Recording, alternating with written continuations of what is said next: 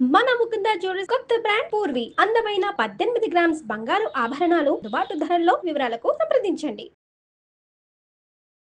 Suman TV ప్రేక్షకులకు నమస్కారం. ప్రస్తుతం మనతో పాటు ఉన్నారు బ్రహ్మశ్రీ డాక్టర్ ప్రదీప్ జోషి గారు. వారితో మాట్లాడి 2026 12 రాసుల వారి రాశి ఫలాలు ఏ విధంగా ఉండబోతున్నాయో ఇప్పుడు తెలుసుకుందాం. గురుగారు నమస్కారం. గురుగారు శ్రీమాత్రే నమః. గురుగారు, కుంభరాశి వారి రాశి ఫలం ఎలా ఉండబోతున్నాయి గురుగారు 2026లో?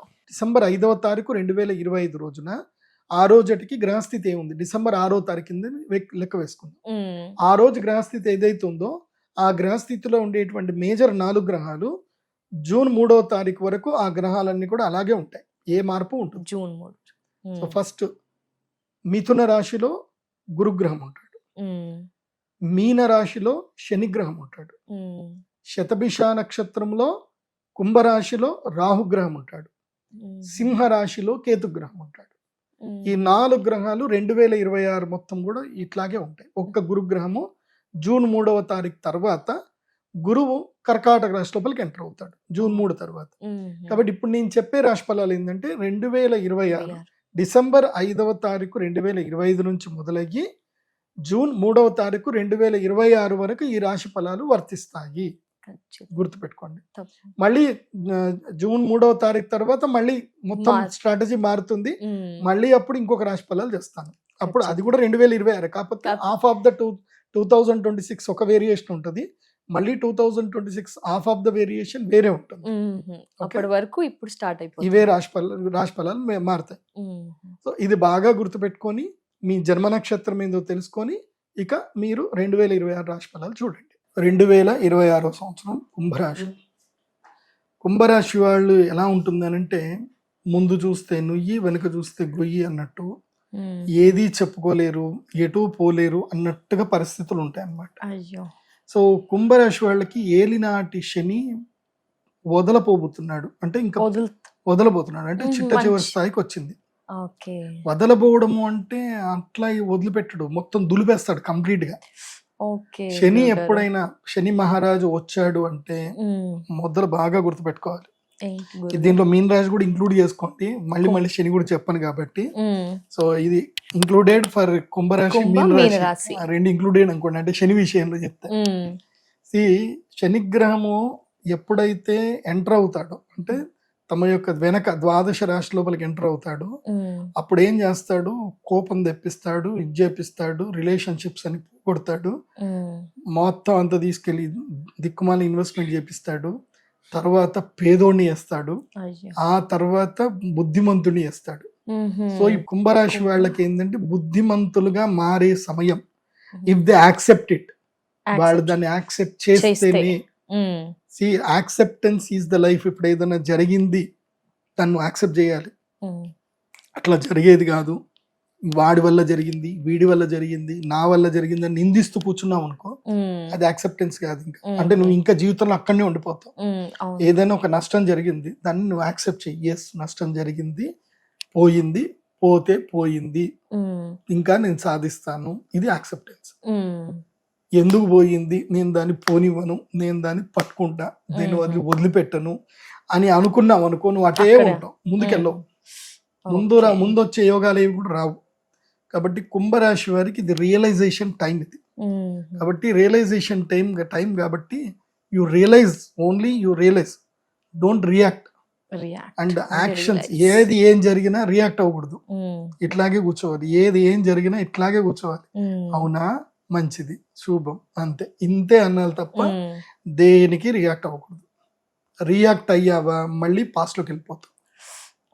సో ఫర్గెట్ టు పాస్ట్ మెల్లిమెల్లిగా నేర్చుకునే ప్రయత్నం చేయండి. ముఖ్యంగా యంగ్స్టర్స్ కి, ప్రేమికులకి చెప్తున్నా. అందుకని మీ అందరికి ఒక మంచి పుస్తకం చెప్తాను, ఆ పుస్తకం చదవండి. The అన్పోస్టెడ్ letter. పోస్ట్ చెయ్యని ఉత్తరం. మహాత్రేయరా గారు రాశారు. చాలా అద్భుతమైన పుస్తకం. ఎక్కడ అవైలబుల్ ఉంటుంది? అది మనకి అమెజాన్ లో దొరుకుతుంది, ఎక్కడైనా బుక్ స్టాల్ లో దొరుకుతుంది. 2020 నేను ఈవెన్ ఐఎమ్ ఆల్వేస్ లెర్నర్, నేను ఎప్పుడు చదువుతూనే ఉంటాను. 2021 తర్వాత నేను కొంతమంది మేధావులను కలిశాను, కొంతమంది గొప్ప గొప్ప వాళ్ళని కలిశాను. ఆ కలిసిన దాళ్లలో నాకు అద్భుతంగా దొరికిన ఒక మంచి ఫ్రెండ్ ఏంటంటే ఈ పుస్తకం. ఈ ఇంకో పుస్తకం దొరుకుతుంది, ఇక్కడి నుంచి ఎక్కడికి. ఇక్కడ నుంచి ఎక్కడికి అది జాక్ కాన్ఫీల్డ్ అని ఒక ఆయన ఇంగ్లీష్ ఆథర్ రాశారు, తెలుగులోకి ట్రాన్స్లేట్ చేశారు. చాలా మంచి పుస్తకం. ఈ పుస్తకాలు చదవండి. ఒక టైం వస్తుంది మన లైఫ్ లో కామ్ గా ఉండాలి అన్నప్పుడు ఏం చేయాలంటే పుస్తకాలు చదవాలి. కుంభరాశి వాళ్ళు పుస్తకాలు ఎక్కువగా చదవండి, కామ్ గా కూర్చోండి, రీసెర్చ్ చేయండి, పుస్తకాలు చదవండి. ఎందుకోసం అంటే మీకు ఇంకో 2 సంవత్సరాల వరకు గురువు అనుగ్రహం రాదు. ఇంకో 2 సంవత్సరాల దాకా శని కూడా అనుగ్రహించడు. మధ్యలో ఎక్కడో శుక్రుడో బుధుడో ఎవరో కొడుకు చంద్రుడు సూర్యుడు వచ్చి మిమ్మల్ని మిగతా 4 గ్రహాలు అనుగ్రహిస్తాయి. ఇంకోటి రాహు కూడా లగ్నంలో ఉన్నాడు కదా, స్వక్షేత్రంలో రాహు ఉండేసరికి ఏమైపోతుందంటే పిచ్చిలేసిపోతుంది.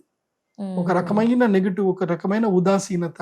ఎవడో వస్తాడు, నీ వల్ల కాదురా, నీ జీవితం ఇంతే, నువ్వు ఇంతే, నీ జాతకం ఇంతే అని అంటారు. సింపుల్ చెప్పాలంటే అది సినిమాలో బంటు లైఫ్ లాగా ఉంటది అనమాట. కాబట్టి don't react to anyone. Even ఇప్పుడు నేను చెప్పిన దాన్ని కూడా రియాక్ట్ అవ్వకండి, రియలైజ్ అవ్వండి. Realisation is important. Then do your own job, own work చేయండి.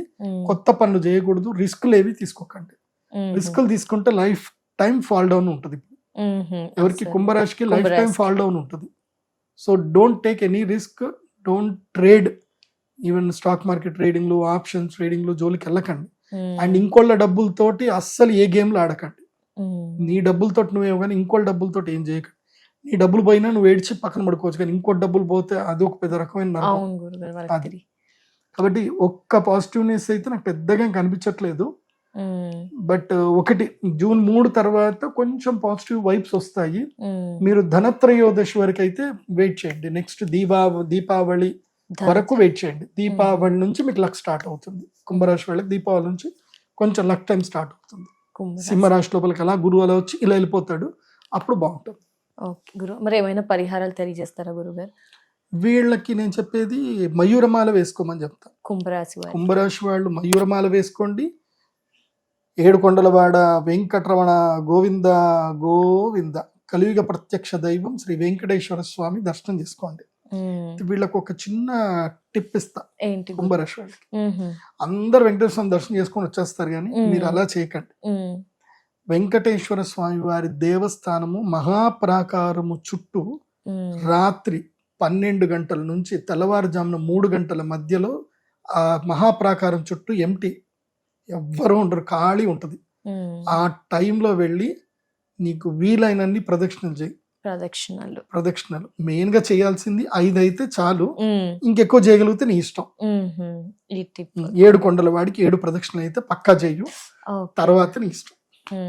ఇది ఫాలో అవ్వండి. ఇది అందరికీ చెప్తున్నాను. కుంభ మీన మేషరాశి వాళ్ళకి మాత్రం ప్రియారిటీ, మిగతా వాళ్ళకి మీ ఇష్టం చేస్తే చేయండి. ఎందుకోసమంటే మనకి తిరుమలలో లేని అవకాశం ఒక్కటే, ప్రదక్షిణ లేదు. మీకు ఎర్లీ మార్నింగ్ అంగ ప్రదక్షిణ ఒకటే ఇస్తారు, కానీ మీరు మామూలుగా వెళితే స్వామివారిని చుట్టూ ప్రదక్షిణ చేసి రావడానికి ఉండదు. కాబట్టి ఈ మిడ్ నైట్ 12 గంటల నుంచి 3 గంటల వరకు ఉంటుంది ఆ స్వామివారికి. అప్పుడు మీరు తిరిగారనుకోండి, ఒకటి బాగా గుర్తుపెట్టుకోండి, తిరుమలలో వెంకటేశ్వర స్వామి వారు రాత్రి ఆయన నిద్రిస్తారు అని అనుకుంటారు, శయన సేవ అవుతుంది. కానీ ఆయన తప్పకుండా 2:30 నుంచి 2:30 అంటే 3 గంటలకి, ఆ సమయం నుంచి 4 గంటల వరకు, ఆ సమయంలో స్వామివారు బయట తిరుగుతారు అని ఒక ప్రశస్తి. ఆయన తప్పకుండా వస్తారు, ఆ ప్రశస్తి ఉంది. వచ్చి భక్తులందరినీ చూసి వెళ్తారు. బ్రహ్మి ముహూర్తంలో ఆయన బయట విహారానికి వచ్చి చూసి వెళ్తారు. వీళ్ళు సుప్రభాత సేవ స్టార్ట్ చేయకన్నా మునిపే చూసి వెళ్తారు. ఇది ఉంటుంది, ప్రశస్తి ఉంటుంది.